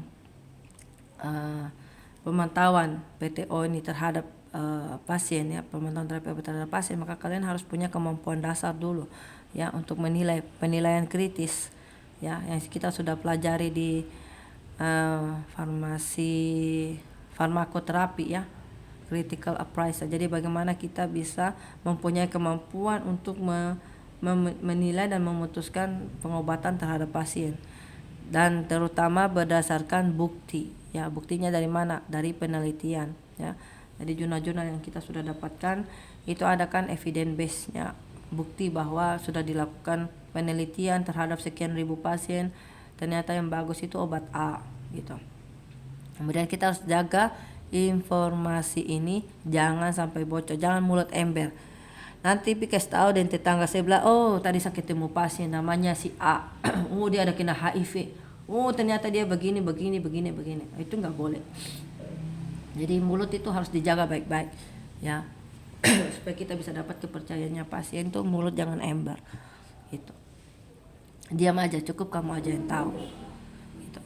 Karena itu ada kode etiknya. Ketika nanti kamu selesai apoteker, kamu akan disumpah, yaitu namanya ada sumpah, ada janji apoteker, tidak boleh membocorkan rahasia pasien gitu. Kemudian kerjasama dengan tim kesehatan yang lain. Yang berikut adalah monitoring efek samping obat, ya. Tujuannya untuk apa? Untuk menemukan jangan sampai terjadi efek samping obat, yaitu menentukan frekuensi dan insidensinya. Kalaupun terjadi misalnya dia ada kemerahan, kamu harus tulis dia ada mengalami kemerahan di kulit setelah mengkonsumsi obat ini misalnya. Kemudian dia ada mengalami mual muntah, itu dicatat. Itu nanti kita bisa laporkan, terutama obat-obat baru. Biasa obat-obat baru launching gitu. Obat-obat baru itu biasanya kan dia masih memantau selama 2 tahun dari launching apakah ada efek samping, nanti dicatat di buku handbook itu, apa namanya tuh, drug information book, nanti dicatat di situ bahwa oh yang mengalami efek samping dari obat sakit kepala sekian orang, yang mengalami mual muntah sekian orang, itu akan dicatat gitu. Biasanya ada formulir khusus untuk pemantauan meso ini, terutama obat-obat yang baru launching. Mengenal semua faktor yang mungkin, ya, dapat menimbulkan pengaruh atau angka kejadian dan hebatnya efek samping dari suatu obat. Meminimalkan risiko kejadian reaksi obat yang tidak dikehendaki, mencegah terulangnya kejadian reaksi dari obat tersebut. Terutama kalau misalnya ada obat-obat yang berinteraksi, ya, dan menyebabkan interaksinya hebat, bisa menyebabkan kematian. Nah itu benar-benar harus dihindari. Berarti obat itu tidak boleh diminum bersamaan, ya, karena bisa menyebabkan kematian misalnya. Kemudian kegiatan pemantauan dan pelaporan efek samping obat itu yang pertama mendeteksi adanya kejadian reaksi obat, kemudian mengidentifikasi obat dan pasien yang mempunyai risiko tinggi, mengevaluasi laporan efek samping obat dengan menggunakan algoritma Naranjo, kemudian mendiskusikan dan mendokumentasikan di tim, kemudian melaporkan ke Pusat Monitoring Efek Samping Obat Nasional. Faktor yang perlu diperhatikan kerjasama, ya, dengan komite tim terapi obat dan ruang rawat. Yang kedua, ketersediaan formulirnya ya. Jadi ada formulir pemantauan meso ya, khusus ada. Yang berikutnya, evaluasi penggunaan obatnya. Yang pertama, tujuannya itu untuk mendapatkan gambaran keadaan saat ini atas pola penggunaan obat dari pasiennya, membandingkan pola penggunaan obat pada periode waktu tertentu, memberikan masukan ya kepada dokter maupun perawat terkait penggunaan obat tersebut, dan kepada pasien juga terutama, menilai pengaruh intervensi atas pola penggunaan obat. Kegiatannya itu apa? Mengevaluasi penggunaan obat secara kuanti. Apa faktor yang diperhatikan? Indikator resep, indikator pelayanan, dan indikator fasilitas. Kemudian dispensing sediaan steril. Yang pertama, menjamin agar pasien menerima obat sesuai dengan dosis. Yang kedua, menjamin bahwa obat yang kita campur itu tetap steril ya, jangan mencampur di sembarang ruangan ya, apalagi sambil bicara. Kalau mencampur obat steril itu harus benar-benar steril ya, artinya harus aseptis ya. Kemudian harus menjaga bahwa obat yang kita campur itu tetap dalam keadaan stabil. Jangan sampai kita sembarang campur dengan pelarutnya, dia malah rusak, berubah warna. Yaitu dari putih jadi coklat. Wah, itu gawat. Itu berarti sudah rusak, bukan itu sudah tidak bisa diberikan lagi ke pasien gitu. Melindungi petugas dari terpaparnya saat berbahaya, terutama obat-obat sitotoksik ya. Obat-obat sitotoksik tahu nggak obat sitotoksik itu apa? Ada yang tahu?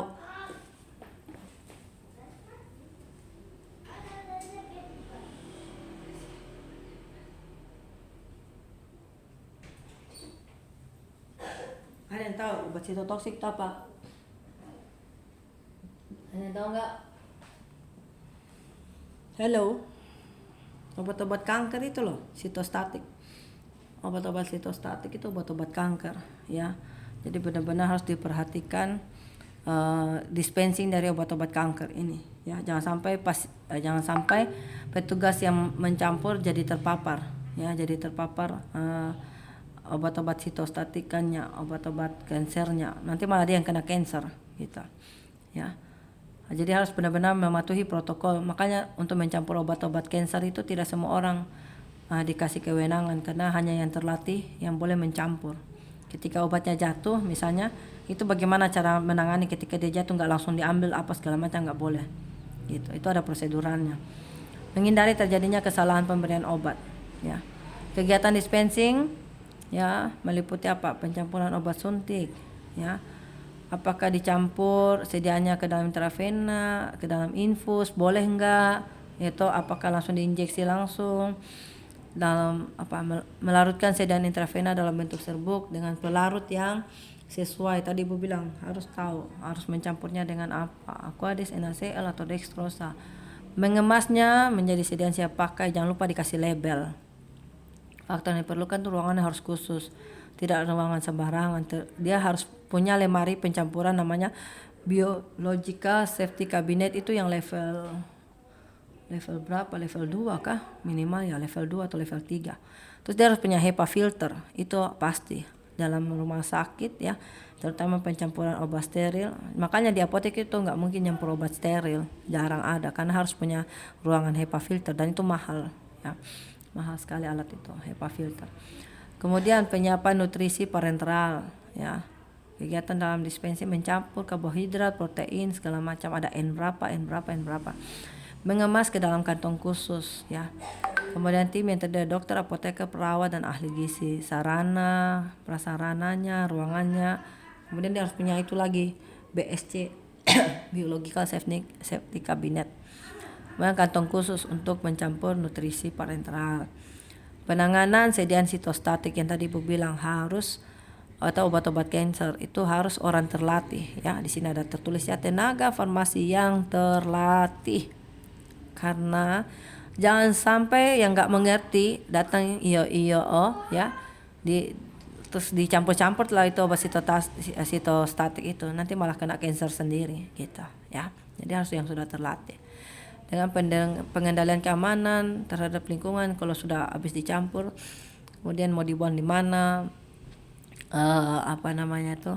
bahan-bahan yang sudah digunakan tadi mau dibuang di mana, ya toh. Jangan sampai mencemari lingkungan, mencemari air yang mereka minum di daerah situ terutama, ya toh. Jangan sampai terjadi kontaminasi dari obatnya, ya, si yang mencampur dari terpapar kanker, ya toh. Menggunakan alat pelindung. Jadi kalau mencampur obat kanker tuh kayak astronot, kita pakai baju lengkap astronot, ya, dari kepala sampai ujung kaki. Mengamankan pada saat pencampuran, kemudian bawa ke tempat pendistribusian sampai diberikan ke pasien sampai mau dibuang bekas botol yang sudah diinjeksikan tadi. Itu ada prosedur lengkap. Kemudian kegiatan dan penanganan sediaan sitostatik, yaitu melakukan perhitungan dosis akurat, melarutkan sediaannya dengan pelarut yang sesuai, mencampur sediaannya sesuai dengan protokolnya, mengemas, kemudian membuang limbahnya sesuai prosedur. Yang harus diperhatikan ruang khusus, kemudian harus punya BSC, kemudian harus ada HEPA filter, harus ada APD-nya kayak astronot, lengkap dari atas sampai bawah. Sumber daya manusia yang terlatih terutama itu, ya, dan cara memberikannya ke pasien.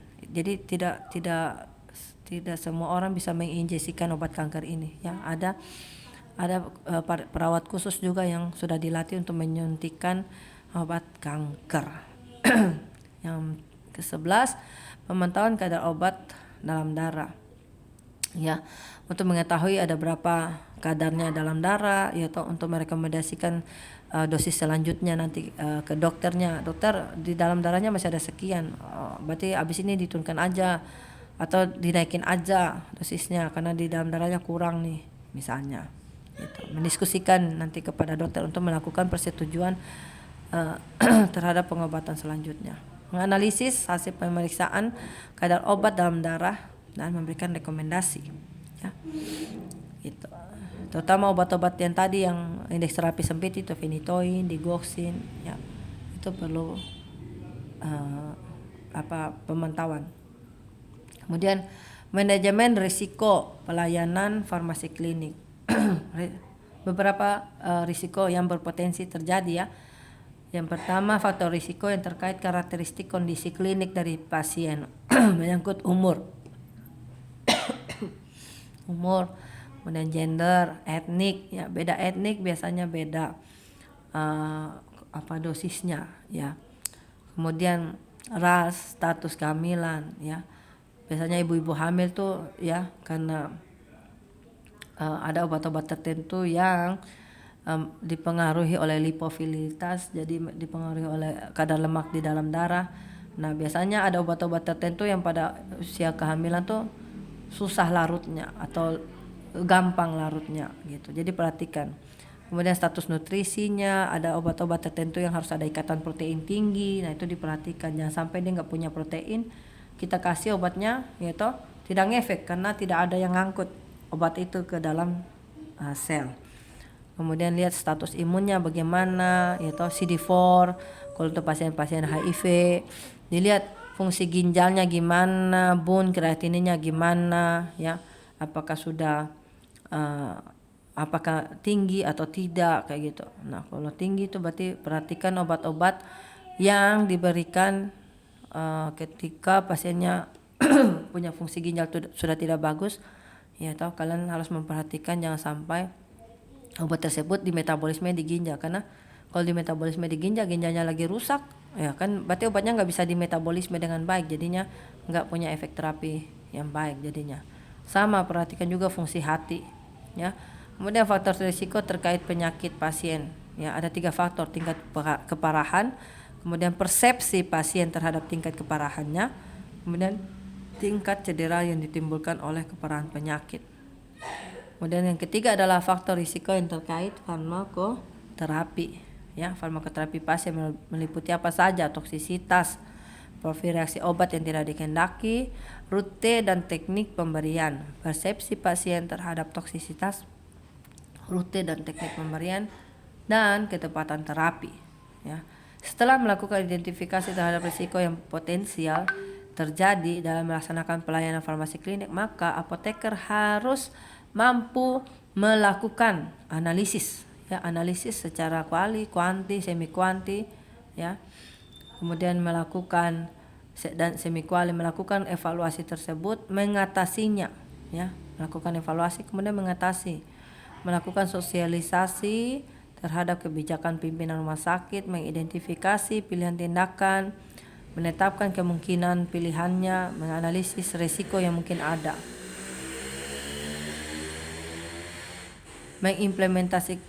implementasikan rencana tindakan meliputi menghindari risiko, mengurangi, memindahkan risiko, menahan, dan mengendalikan risiko. Pembinaan terhadap SDM, ya, itu sangat penting, ya, terhadap pengendalian ini. Semakin besar risiko dalam suatu pemberian layanan, maka dibutuhkan SDM yang semakin berkompeten, terutama di PIO tadi, dan pelayanan sitostatik, ya, pelayanan obat-obat kanker. Itu dibutuhkan benar-benar SDM yang kompeten. Kemudian dan bisa bekerja sama tentunya, ya, dengan tim dengan baik. Kalau egois, ya, tidak usah dipekerjakan gitu. Kalau mau menang sendiri, tidak mau dengar yang disarankan, ya udah, berikutnya kau tidak akan dipekerjakan lagi di situ gitu. Kau akan dipindahkan di unit mana saya nggak tahu gitu. Dan kalau tidak mau belajar juga, sudah diajarin, tapi tidak ada perkembangan, tidak ada kemajuan, nah sudah, selanjutnya kamu akan dipindahkan saja di gudang buat angkut-angkut barang saja, ya itu tidak perlu mikir angkut-angkut barang. Tapi sebenarnya perlu mikir juga, kalau kamu angkut barangnya kamu nggak pakai logika, nah kamu bawanya berat. Kalau kamu pakai logika, kamu ada caranya gimana bawa barangnya itu supaya tidak memberatkan kamu gitu. Jadi semuanya harus pakai logika, harus berpikir secara kritis. Beberapa unit di rumah sakit yang memiliki risiko tinggi adalah intensive care unit, ICU, ya, UGD, dan OK. Kemudian sumber daya kefarmasian, sumber daya apoteker, kemudian tenaga teknis, kemudian untuk pekerjaan penunjang harus ada komputer, kemudian atau teknisi, ya, yang memahami tentang kefarmasian, tenaga admin, kemudian pembantu pelaksana. Persyaratan SDM, ya, pelayanan farmasi harus dilakukan oleh apoteker dan tenaga teknis kefarmasian. Tenaga teknis kefarmasian yang melakukan pelayanan kefarmasian harus berada di bawah supervisi apoteker. Jadi kalian harus melaporkan segala sesuatu yang kalian lakukan kepada apoteker. Kemudian apoteker dan tenaga kefarmasian harus memenuhi persyaratan administrasi seperti yang telah ditetapkan dalam undang-undang yang berlaku, ya. Terus apa nih? Instalasi farmasi harus dikepalai oleh seorang apoteker, ya, yang merupakan apoteker penanggung jawab seluruh pelayanan kefarmasian yang ada di rumah sakit.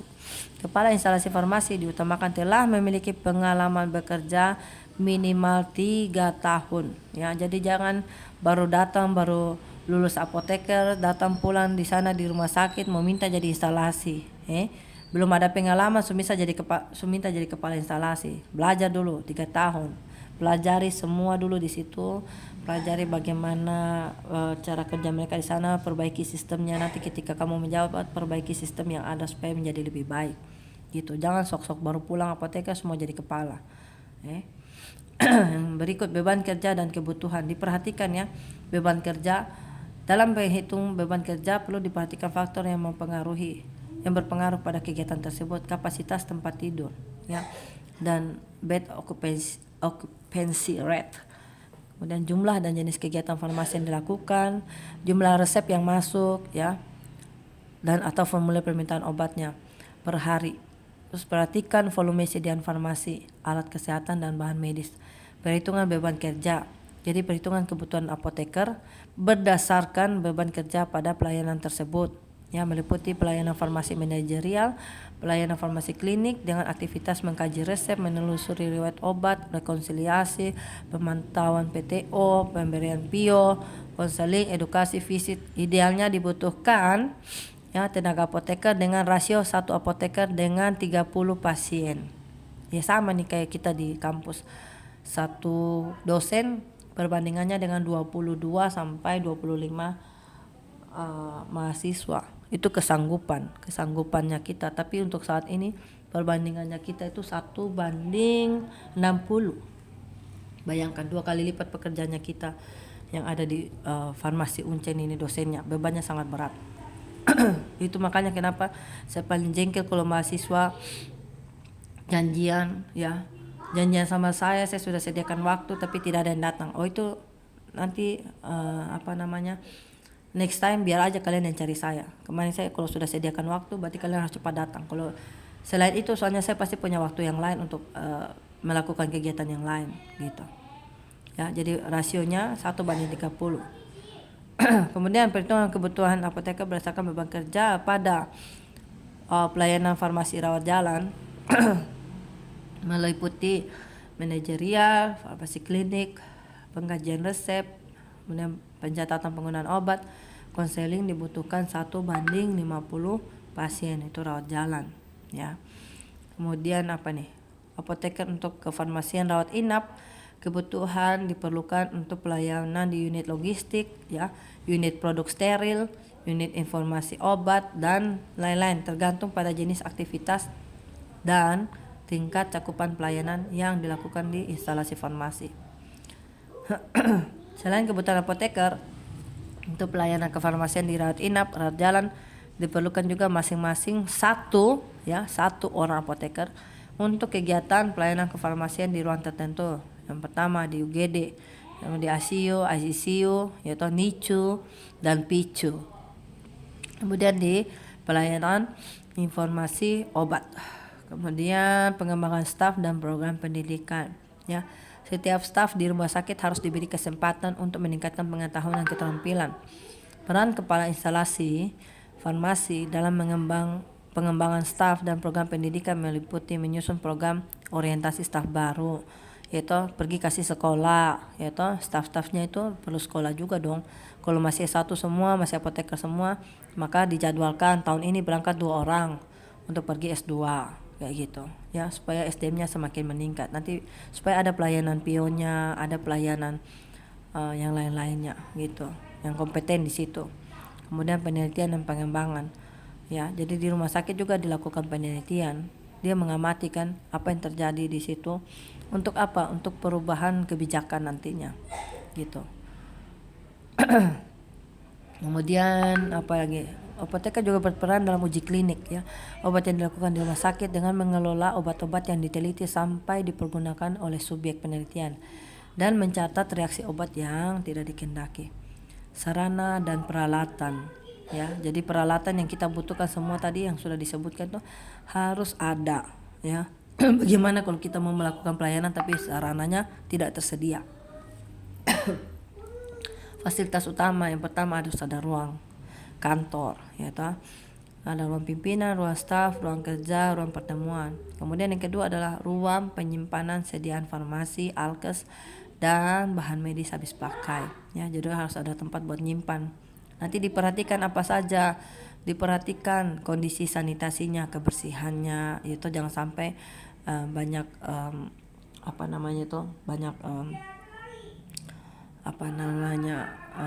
kotor-kotor di situlah daerahnya. Kemudian rumah sakit harus mempunyai ruangan, perhatikan sanitasinya ya, temperaturnya, perhatikan suhu penyimpanan obat. Dilihat di mana ibu, di kemasan, jangan tanya lagi, itu barang gampang.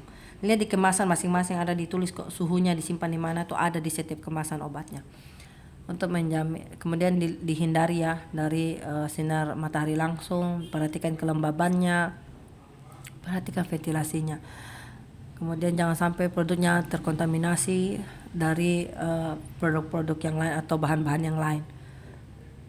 Kemudian kondisi umum untuk ruang penyimpanan harus diperhatikan, kondisi khusus ya. Kemudian obat-obat yang termolabil, perhatikan obat-obat yang tidak stabil terhadap suhu ya. Kemudian bahan-bahan lab, regen, kemudian sediaan farmasi yang mudah terbakar itu harus disimpan di lemari khusus ya. Jangan disimpan di lantai, nanti kesenggol, jalan kaki kan nggak punya mata kan, nanti kesenggol jatuh, nah terbakar kan repot ya lah. Ruang distribusi sediaan farmasi, alkes, bahan medis habis pakai harus punya ruang khusus ya. Dia harus bisa melayani seluruh kebutuhan sediaan farmasi, alkes, bahan medis habis pakai ya. Ruang distribusi untuk pelayanan rawat jalan, kemudian ruang distribusi untuk pelayanan rawat inap. Jadi ada 2 ruangan ya. kemudian ada ruang konsultasi, kemudian ada ruang PIO, tadi kita udah bahas panjang lebar ya. Kemudian ada ruang produksi ya. Ada lokasinya, ada konstruksinya. Perhatikan jangan sampai tempatnya itu harus bebas banjir ya. Diperhatikan bebas banjir, bebas rembesan air, jangan lembab ya. Jangan sampai ada binatang, ada lubang di mana binatang lain atau serangga bisa masuk ya, burung bisa masuk, itu nggak bisa, nggak boleh. Kemudian cara bangun penataan gedungnya harus sesuai dengan kriteria atau prosedur yang ada. Bagaimana mengendalikannya juga harus diperhatikan, harus ada termometernya, harus ada pengukur kelembaban ya toh. Kemudian kalau ruangan steril itu tidak boleh ada pojokan, jadi dia harus bentuknya setengah lingkaran ya, tidak boleh ada pojokan. Jadi membangun suatu tempat untuk mencampur obat itu harus ada ruangan khusus, tidak boleh ada pojokan-pojokan gitu, harus ada lengkungan gitu, dia harus melengkung. Kemudian perhatikan barang masuk, perhatikan petugas yang ada di dalam. Luas ruangannya ya harus 2 kali dari daerah kerja atau peralatan, dengan jarak setiap peralatan tuh 2,5 meter. Kemudian pembagian ruangan harus terpisah ya. Ruangan pertama, ruang obat jadi dan obat baku harus terpisah. Ruang terpisah untuk setiap proses produksi, ruang terpisah untuk produksi obat luar, obat dalam. Ruang terpisah, gedung terpisah untuk produksi antibiotik ya, tersedia saringan udara. Kemudian permukaan lantai, dinding, langit-langit harus kedap udara, tidak terdapat sambungan, tidak merupakan media pertumbuhan bakteri, mudah dibersihkan. Kemudian harus pengolahan dan pengemasan hindari dari bahan kayu ya, kecuali dilapisi oleh epoksi. Kemudian persyaratan ruang produksi dan ruang peracikan harus memenuhi kriteria sesuai dengan ketentuan. Menurut aseptik ya, ini yang tadi khusus untuk mengolah sediaan-sediaan steril ya, nanti tinggal dibaca ya. Lantainya harus bagaimana, dindingnya harus bagaimana, colokan listriknya harus ada di mana, plafonnya harus terbuat dari apa, itu ada ya, diberi lapisan apapun ada. Pintu juga, pintu harus stainless, bukan pintu kayu ya. Kemudian aliran udara, makanya kalian lihat kalau di ruang-ruang OKA, di ruang UGD dan lain-lain itu kan pintunya kalian bisa lihat kan dia dari stainless semua. Kemudian aliran udaranya ya harus pakai HEPA filter nih, memenuhi persyaratan kelas 10.000, pertukaran udara minimal 120 kali per jam, itu pakai HEPA filter. Kalian bayangkan, jadi benar-benar harus steril. Tekanan udara ya harus diperhatikan, kemudian temperaturnya, kemudian kelembabannya harus ada pengukur kelembaban ruangan, terutama ruang produksi untuk sedia steril ya, dispensing untuk steril sama sitostatik, itu harus benar-benar ada syarat khususnya lagi, ada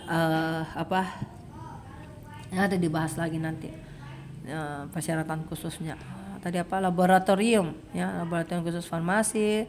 Kemudian ruang produksi untuk obat-obat non steril, penanganan sediaan sitostatik, pencampuran dan obat yang tidak stabil, ruang penyimpanan nutrisi parenteral. Fasilitas penunjang yang harus ada, yang pertama ruang tunggu pasien. Ruang tunggu, ruang penyimpanan ya, harus ada ruang untuk menyimpan arsip pasien yaitu. Kemudian tempat menyimpan obat, kemudian harus ada toilet, kamar mandi yang khusus untuk staf. Kemudian untuk pasien juga harus ada. Kemudian peralatan yang paling sedikit harus tersedia, itu untuk penyimpanan, peracikan yaitu pembuatan obat. Terus harus ada peralatan kantor, yaitu harus ada printer dan lain-lain, komputer. Kemudian ada kepustakaan untuk PIO. Kemudian ada lemari penyimpanan khusus untuk narkotika ya, lemari pendingin dan pendingin ruangan untuk obat yang terpengaruh oleh suhu. Kemudian penerangan, sarana ventilasi, sistem pembuangan limbah harus baik. Alarm ya, untuk mencegah terjadinya kebakaran misalnya, itu harus ada alarm khusus. Peralatan kantor harus ada meja, kursi, komputer yaitu ATK, telepon, terus komputer ya, harus tersedia jaringan, jangan sampai ada ada apa namanya pelayanan di PIO tapi nggak ada jaringan, kan itu repot. Kemudian peralatan produksi, ya nanti kalian tinggal baca apa saja, macam-macam sih kalau produksi. Kemudian peralatan aseptik tadi sudah kita sebut ya, lamina airflow, ada barometer, termometer, wireless, intercom, peralatan penyimpanan. Kemudian ada lemari, yaitu AC, ya. Kemudian ada peralatan pendistribusian, ada nggak alat buat ngangkut, ada model kereta gitu yang bisa ditarik, atau kalau di pabrik-pabrik besar tuh ada bisa pakai mobil ya buat ngangkut-ngangkut barang dari ruang A ke ruang B, nggak perlu kita ngangkat-ngangkat pakai pakai pakai tubuh ya, nanti berat dan pastinya banyak kan untuk mau dibawa ke ruangan gitu. Kemudian makanya tuh kenapa harus mengatur ruangan supaya ketika dipindahkan dari gudang ke tempat instalasinya bisa dilewati oleh mobil pengangkut supaya tidak berat. Yang mau ngangkut ini nggak berat bawanya gitu. Karena tiap hari kan ada permintaan dari instalasi ke gudang gitu ya. Harus ada lemari, harus ada ruang informasi obat, peralatan ruang arsip, apalagi sudah selesai. Ini organisasi ya, tugas-tugas masing-masing instalasi farmasi ya, memberikan tadi yang kita sudah bahas panjang dan lebar ya. Terlibat juga dalam formularium rumah sakit ya, memilih sediaan dan lain sebagainya, mengadakan, memproduksi, menerima alkes, bahan-bahan persediaan farmasi, menyimpan, mendistribusikan, melaksanakan pelayanan farmasi satu pintu, melaksanakan pelayanan obat unidos atau dosis sehari, melaksanakan komputerisasi, mengidentifikasi, mencegah, mengatasi masalah, melakukan pemusnahan, mengendalikan persediaannya harus tetap ada ya, harus tetap tersedia kebutuhan rumah sakitnya, melakukan administrasi, pengelolaan sediaan farmasi. Kemudian pelayanan farmasi klinik yang tadi kita sudah bahas panjang lebar ya, rekonsiliasi, kemudian PIO yaitu PTO, kemudian evaluasi penggunaan obatnya, dispensingnya ya, kemudian penyuluhan. Kemudian ada juga dibahas terkait komite atau tim farmasi dan terapi. Nah ini biasanya beberapa apoteker itu harus terlibat di dalam sini ya, terkait penyusunan formularium rumah sakit. Setiap rumah sakit itu pasti punya formularium yang mengacu dari formularium nasional. Tapi masing-masing rumah sakit punya formularium khusus juga gitu. Yaitu ngapain itu farmasi di situ? Mengembangkan kebijakan tentang penggunaan obat, melakukan seleksi evaluasi obat, mengembangkan standar terapi, mengidentifikasi masalah, mengkoordinir penata laksanaan seleksi obat, melakukan intervensi, mengkoordinir penata laksanaan medication error, menyebarluaskan informasi ya. Nanti tinggal dibaca dan kayaknya kita sudah selesai. Yang terakhir tadi ini apa? Pengendalian mutu nanti tinggal kalian baca ya, apa saja yang harus dikendalikan terkait pengendalian mutu. Baik, sampai di sini dulu perkuliahan kita hari ini. Kita jumpa minggu depan di perkuliahan selanjutnya. Ayo, apakah ada yang mau bertanya? Silakan bertanya. Kalau tidak kita akhiri perkuliahannya. Halo? Oh ya, sudah jelas berarti. Baik, terima kasih. Baiklah kalau gitu kita akhiri perkuliahan kita hari ini.